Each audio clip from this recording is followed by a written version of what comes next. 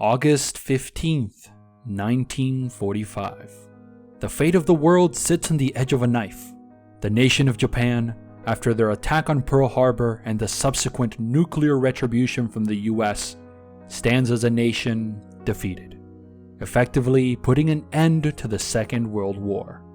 Despite the joy and celebration felt across much of the free world, the people of Japan are now marked by a great shame and loss.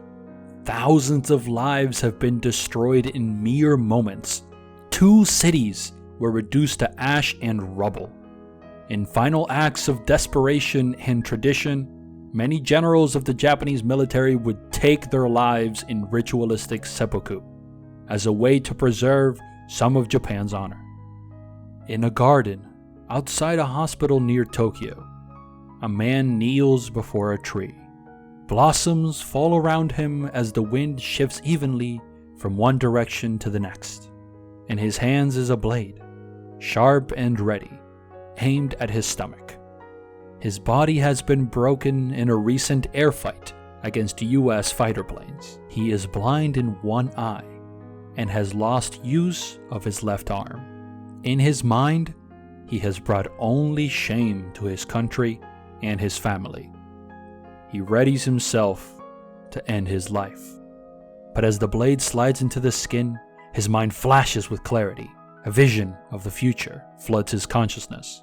One where his beloved Japan would once again be a symbol of greatness and power, a kingdom of commerce and growth, leading the world into the age of the future. The blade stops.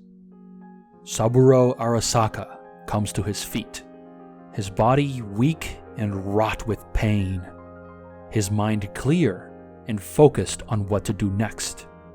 This new goal would be his life's purpose. He was now convinced that it was his destiny to rise up in the world and bring Japan into its rightful place among the titans. The road would be long and arduous, but he was the man to walk it. During this time, the Arasaka Corporation was but a small firm. Founded in 1919, it had prospered considerably in the time before the war, but was yet to become anything close to the megacorporation of the future. When war arrived, many saw loss and even complete bankruptcy. Sasai Arasaka, Saburo's father, was the original founder of the company.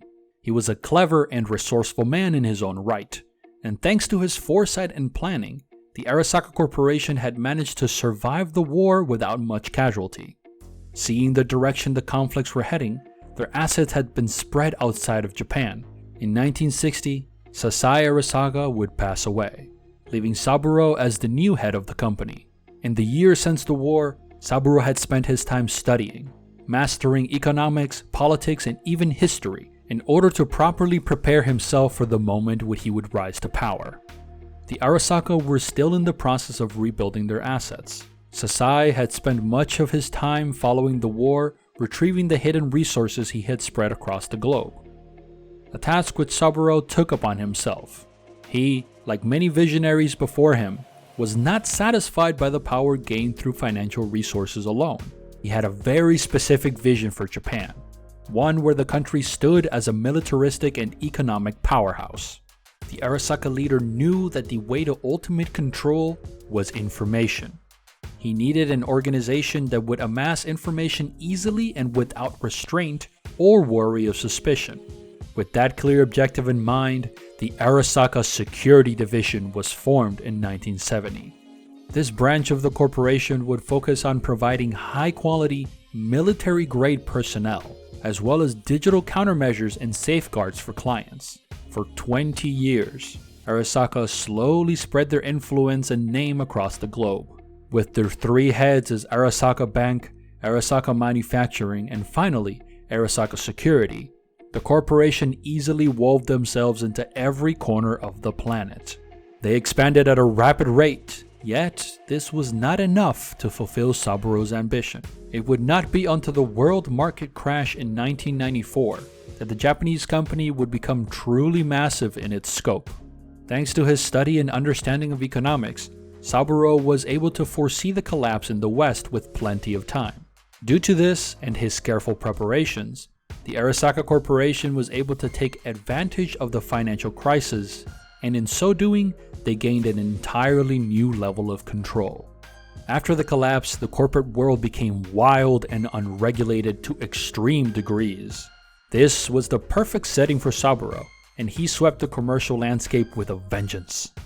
By 1997, Arasaka began to train one of the world's first privately owned corporate armies. This was followed by an age of rapid expansion as Arasaka bought out, destroyed, or simply absorbed any company that stood in its way. In 2020, a long-standing rivalry with the opposing corporation of Militech came to a crescendo.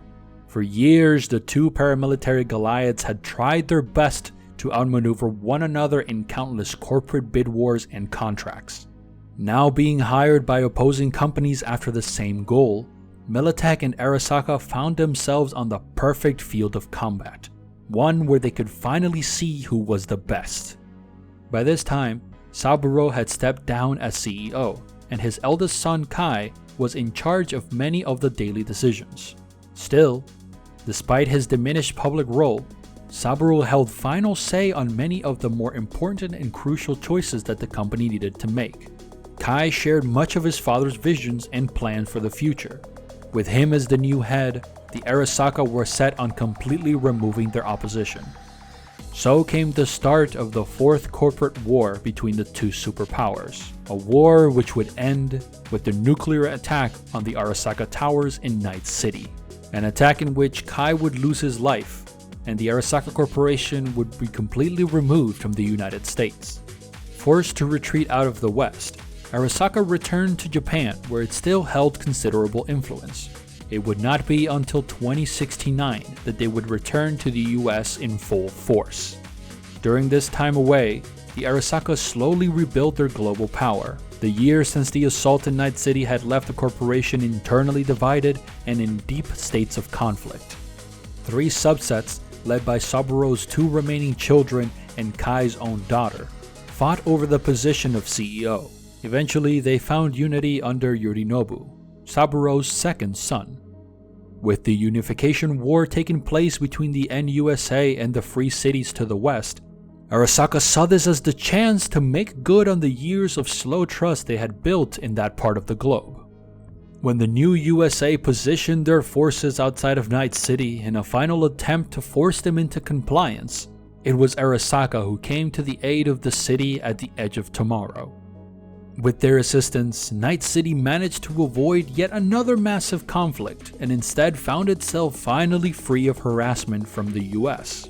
In 2077, the Arasaka Corporation is stronger than ever and still holds massive amounts of corporate power. Their grasp on the world remains strong. Arasaka is one of the largest manufacturers and distributors of goods on the planet, a mark they wear with pride. Weapons of every type and design, built for military assault or everyday use. Vehicles sleek and stylish, with the stopping power of tanks and the accessibility of toys. They even have a hand in the latest in cybernetic augmentations and cosmetics. Coveted by the common man and the military mega-complex in equal measures, Arasaka has placed themselves as a necessity. Though they are still based in Japan, they now have a new headquarters in the corporate center of Night City.